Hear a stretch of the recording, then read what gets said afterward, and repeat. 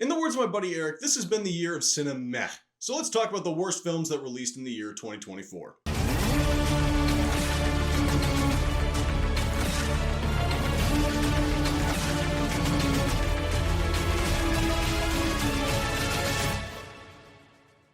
So the year is over and all the films slated have been released, so please in the comments down below, drop your top 10, or should I say bottom 10, worst films of 2024, and you can see how they compare to mine in this video. I would love to hear what you have to say, but please be respectful about it in the comments. Don't go at each other's throats. These are just movies after all, not the most important thing in the world. And if you would like to give this a like, go ahead, subscribe if you want more videos like this, and check out my socials. You can find me on multiple different platforms. All the links are in the description. And if you go to the description, you will also find my full list of 2024 films ranked. And by the way, this bottom 10 of the year list will be going from least bad to absolute worst. And keep in mind, I did not see every film this year. These are just the films that I saw, and this is just my opinion. I also want to make the disclaimer, I have not seen Megalopolis. I heard that it was a horrid movie, and maybe I'll check it out one of these days, but as of right now, it's not on my list, so just know that going in. Number 10, Harold and the Purple Crayon. What in the world was this movie supposed to be? I'm pretty sure Zachary Levi was the only person in the film that actually thought he was making a good movie, because everyone else is phoning it in, especially Zooey Deschanel. You know she was just there for the paycheck and no other reason. They could have made an animated feature that represented the art style of the book a lot better, but no, let's make this live action and cast a 40-year-old man to play Harold. Brilliant. Number 9, Kung Fu Panda 4. The downgrade from Puss in Boots: The Last Wish to this is unbelievable. They don't bring back the Furious 5 voice actors and thus leave those characters completely removed from this plot, and instead replace them with a character played by Awkwafina. No greater sin could have been committed there. And along with that, you have a weak story developing a stupidly written villain that is only turning to evil because she was too small to learn Kung Fu? Did we forget that Mantis exists? Number 8. Unfrosted. This film alone is proof that the only reason Jerry Seinfeld was funny in the 80s and 90s was because Larry David was writing for him. In interviews promoting this film, Seinfeld stated that he wanted to bring back comedy that pushed boundaries because a lot of comedies these days are way too safe. But this film is the furthest from pushing any boundaries. This is the safest, tamest comedy I have seen in a very long time. It's painfully unfunny, tackling subject matter that most people don't even care about or remember because they just don't have nostalgia for Pop-Tarts in the 60s. And then they throw in an homage to January 6th, and I don't even know what the point of that was. It was just there in the most bizarre fashion ever. Seriously, the only good part of this movie is Bill Burr as JFK. Number 7, Justice League Crisis on Infinite Earths, Part 2. If I'm being honest, this could be a placeholder for the entirety of the Crisis on Infinite Earths trilogy that released this year. And if you have no idea what I'm talking about, these movies released straight to home video, and we're closing out a franchise that started in 2020 with Superman Man of Tomorrow. These were straight to DVD, Warner Brothers Animation, superhero stories based on the DC Comics. The franchise was a miserable failure. Nobody liked this Tomorrowverse, as it was called, and this conclusion certainly didn't feel earned. But when comparing Part 2 to Part 1 and Part 3, this film was just padding the runtime, did nothing to accomplish or further the plot in any way, and really was just a good cure for insomnia. And if you're ever watching a Part 1 of Part 2 situation and you feel dissatisfied because it ends on a cliffhanger and doesn't resolve the main central plot, my gosh, are you going to feel even worse about a Part 2 of 3 where we've already seen 2 cliffhangers now, and now we gotta wait a couple of months for this whole thing to be resolved, and by the time the third one comes out, you won't even remember what happened in the last because it was so forgettable and boring. Waste of talent, waste of potential, waste of time.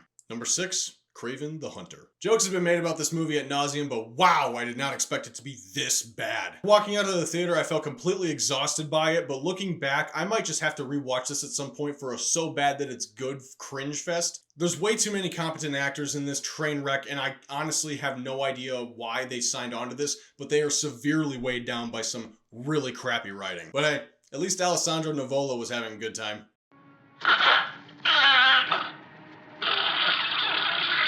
Number 5, Venom: The Last Dance. The Venom movies have never been good, and I will never understand why people act like they were. The common response I hear is that these movies are dumb fun, and that's totally fair. I understand. There's a couple of guilty pleasures of mine that are in that kind of vein as well, but then there are some people that will go out of their way to unironically defend the first Venom movie as an actually good film, and I will never understand where that comes from. But man, when comparing Venom 1 to Venom: The Last Dance, Venom 1 looks like Citizen Kane in comparison. This film is about as illogically written and ADHD-brained as humanly possible. Bad humor, bad writing, bad acting, bad movie. Number 4, Saving Bikini Bottom, the Sandy Cheeks movie. You probably haven't even heard of this movie because it was crapped out on Netflix a few months back, but yeah, I actually sat down and watched this. I'm a huge SpongeBob fan. I grew up with that show. I love it. I still love going back and watching some episodes to this day. And the SpongeBob movie from 20 years ago was absolutely great. And this one was just a disgrace on everything the series has ever accomplished. Steven Hillenburg, in fact,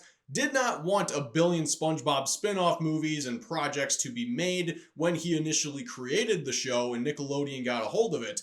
But immediately after he died, they started branching off. They announced a Patrick Show, a Camp Coral prequel, and this Sandy movie. And admittedly, I was really hesitant to watch it, but I figured I might as well give it a shot. I hadn't watched the actual show that's still running to this day in a number of years. There's so many new episodes that I haven't watched because I know the quality has just fallen off so hard. But since it was only 88 minutes, it was on Netflix and I didn't have to pay for a ticket, I figured what the heck, I'd give it a shot. And my gosh, I wish I could take back what I did because I don't think I've ever found a movie that was so short feel so long in my entire life. This is a movie that clocks in under 90 minutes and feels like 4 hours. And the fact that Wanda Sykes is a prominent character in this film does not help ease that at all. Number 3, The Crow. 30 years after Brandon Lee gave us his final performance in The Crow, we have this pile of crap that fails miserably to reimagine and adapt the comic story of Eric Draven and literally misses every point of what made that story good. Actually, I take that back. Missing intends that they were aiming for the right spot, but just couldn't hit it right.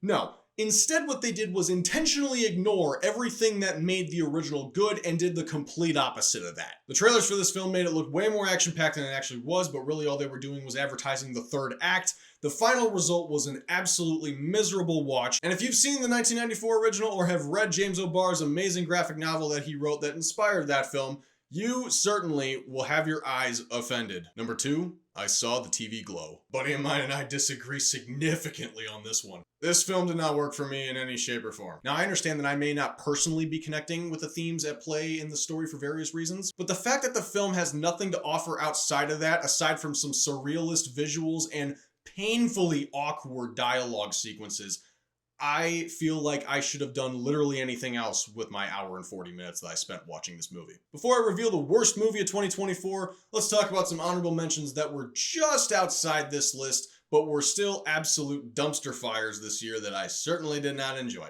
Rebel Moon Chapter 2: The Scargiver. Horrible title, lame story, disappointing conclusion, and no, I did not watch the Snyder cuts of these movies. Argyle. One of the dumbest plot twists I've seen in a long time. If, Despicable Me 4, and the Garfield movie. Oh yeah. I saw those in the theater this year, didn't I? The Watchers. Are you sure M. Night didn't direct this one too? Borderlands. A failure of an adaptation on every front while also forgetting how to tell a functional story. And lastly, Joker Folie à Deux. You had to ruin it, didn't you? Number 1, Madam Web. This is the most pathetic attempt at making a comic book film I've seen in a while. And wow, every single Sony Spider-Man movie that came out this year wound up in my top 10 worst of the year. Huh. I mean, this felt like a combined effort of AI and corporate storytelling. People involved knew that this was going to suck, and everyone on the planet started clowning on it immediately when that trailer dropped. And yet the CEO of Sony will not admit fault. What is this guy smoking? So that's my list of the top 10 worst films of 2024. Please let me know in the comments down below what your list is as well, and we can see how they compare. Maybe I'm right, maybe I'm wrong, maybe you're right, maybe you're wrong. Either way, please be respectful about it, and in the words of SpongeBob SquarePants, don't be a jerk. I'll have my top 10 favorite movies of 2024 coming very, very soon. But until next time, guys, God be with you, and take care.